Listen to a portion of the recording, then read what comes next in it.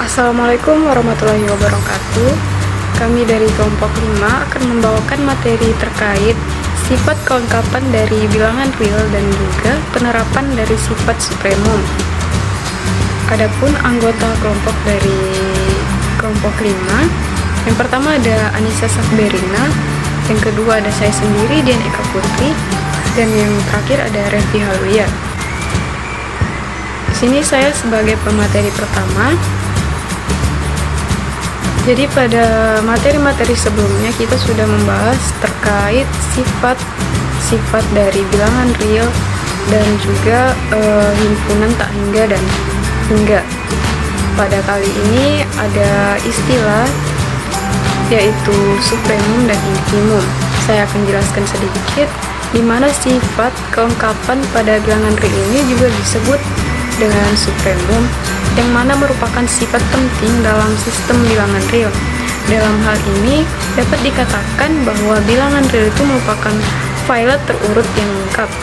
Nah, pada sifat tersebut memperbolehkan kita untuk menentukan dan membangun prosedur limit yang beragam. Ada beberapa cara untuk menjelaskan sifat kelengkapan bilangan real. Yang pertama di sini kami akan membahas lebih rinci terkait supremum dan infimum. Ada definisi 2.3.1. Jadi pada konsep materi kali ini ada suatu himpunan bagian yang merupakan dari bilangan real, yang mana himpunannya ini merupakan himpunan bagian tak kosong. Ada 3 poin. Yang pertama ada yang dinamakan terbatas ke atas atau bounded above. Suatu himpunan S dikatakan terbatas ke atas apabila terdapat suatu bilangan. Bilangan ini kita misalkan dengan U, yang mana bilangan ini merupakan anggota dari bilangan real, sedemikian sehingga S tadi itu harus lebih kecil sama dengan dari U yang tadi untuk semua S itu yang merupakan elemen dari himpunan S. Nah, masing-masing U ini tadi itulah yang disebut dengan batas atas. Kemudian poin kedua itu terbatas ke bawah atau bounded below. Himpunan S dikatakan terbatas ke bawah apabila suatu bilangan kita misalkan dengan W, yang mana merupakan dari bilangan real, sedemikian sehingga W ini tadi harus lebih kecil dari S untuk semua elemen dari himpunan S. Nah, masing-masing bilangan W tadi ini itulah disebut sebagai batas bawah. Nah, batas atas dan batas bawah ini bisa lebih dari satu. Kemudian poin yang ketiga, himpunan terbatas dan juga tak terbatas. Himpunan terbatas tadi itu dikatakan himpunan terbatas apabila telah memenuhi 2 hal, yaitu ada batas atas dan juga ada batas bawahnya. Jika ada salah satu tidak terpenuhi atau tidak keduanya, maka disebut sebagai himpunan tak terbatas atau unbounded. Untuk lebih jelasnya, saya akan memberikan satu contoh di sini himpunan S, di mana X-nya itu merupakan bilangan real di mana X-nya kurang dari 2 dan terdapat batas atas atau bounded above-nya. Misal 3,5, apakah merupakan batas atas dari himpunan S? Tentu saja iya, karena 3,5 itu tidak merupakan elemen dari himpunan S atau dia lebih besar dari 2. Misalkan lagi 4, apakah batas atas dari himpunan S? Iya, karena 4 itu lebih besar dari 2. Definisi 2.3.2. Misalkan S yang tidak bagian tak kosong linear, jika S terbatas ke atas maka ada bilangan yang disebut supremum, yaitu batas atas yang kecil dari S jika memenuhi kondisi. Yang pertama, U merupakan batas atas dari S. Yang kedua, jika V sembarang batas atas dari S, maka U kurang dari eksponensi. Misalnya di sini U sebagai supremum. U ini dikatakan sebagai supremum jika nilai U kurang dari atau paling kecil dari batas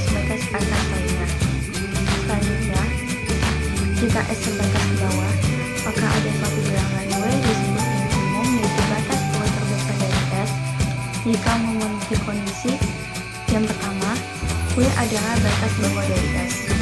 Yang kedua, jika T sembarang batas bawah dari S, maka T kurang dari sama dengan W. Artinya, T sebagai infimum jika nilai W ini lebih besar atau paling besar dari batas-batas bawah lainnya.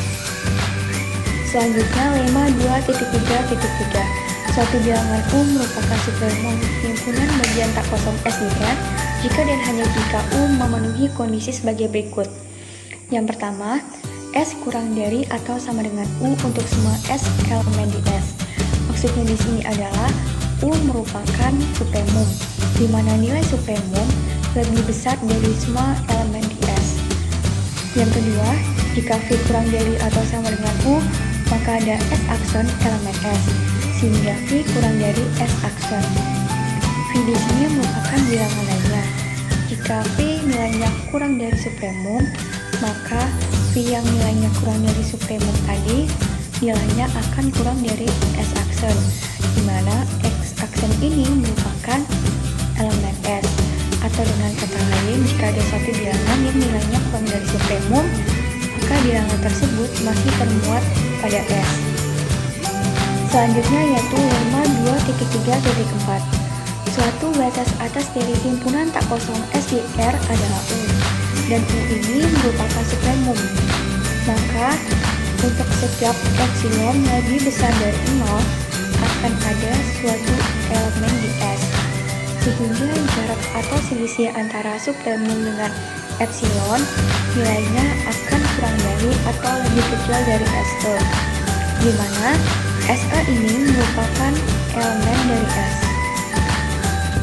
Untuk lebih mudah memahami mengenai supremum dan infimum, dapat kita perhatikan contoh soal berikut, yaitu tentukan supremum dan infimum dari A sama dengan X elemen bilangan real, di mana min 1 lebih kecil dari X dan X lebih kecil sama dengan 5. Penyelesaiannya yaitu dari soal kita dapat peroleh bahwa batas atas dari himpunan A adalah 5, min 6, min 7, dan seterusnya.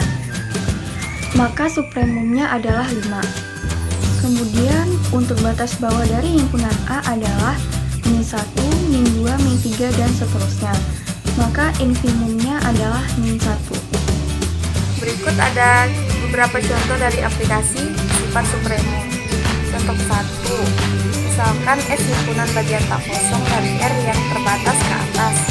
Misalkan A sembarang bilangan di R. Diberikan himpunan A tambah S sama dengan A tambah S untuk S.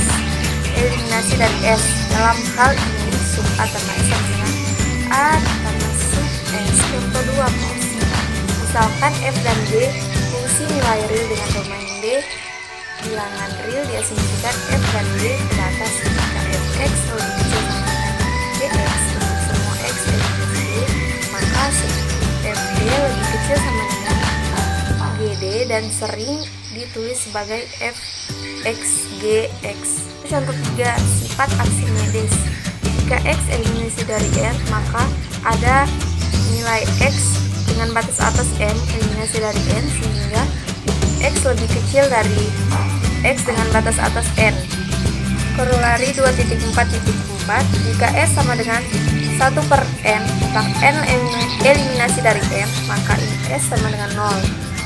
Korolari 2.4.5. Jika T lebih besar dari 0, ada T dengan batas atas N eliminasi N, sehingga 0 lebih kecil dari 1 per T dengan batas atas N lebih kecil dari T.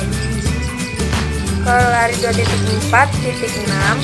Jika Y lebih besar dari 0, ada Y dengan batas atas N eliminasi dari N, sehingga Y dengan batas atas N dikurang 1 lebih kecil sama dengan Y lebih kecil dari Y dengan batas atas N. Kemudian contoh 4. Eksistensi akar 2. Teorema 2.4.7. Terdapat bilangan real positif X sehingga X kuadrat sama dengan 2. Contoh 5. Densitas bilangan rasional R. Di teorema 2.4.8. Teorema densitas. Jika X dan Y bilangan real dengan X lebih kecil dari Y, maka ada suatu bilangan rasional R eliminasi dari Q sedemikian sehingga R lebih besar dari X dan lebih kecil dari Y. Berlari 2.4.9. Jika X dan Y bilangan real dengan X lebih kecil dari Y, maka terdapat suatu bilangan irasional Z sehingga Z lebih besar dari X dan lebih kecil dari Y. Cukup sekian pemaparan materi dari kami. Apabila ada salah kata atau kekurangan, mohon dimaafkan. Akhir kata, Assalamualaikum warahmatullahi wabarakatuh. Terima kasih.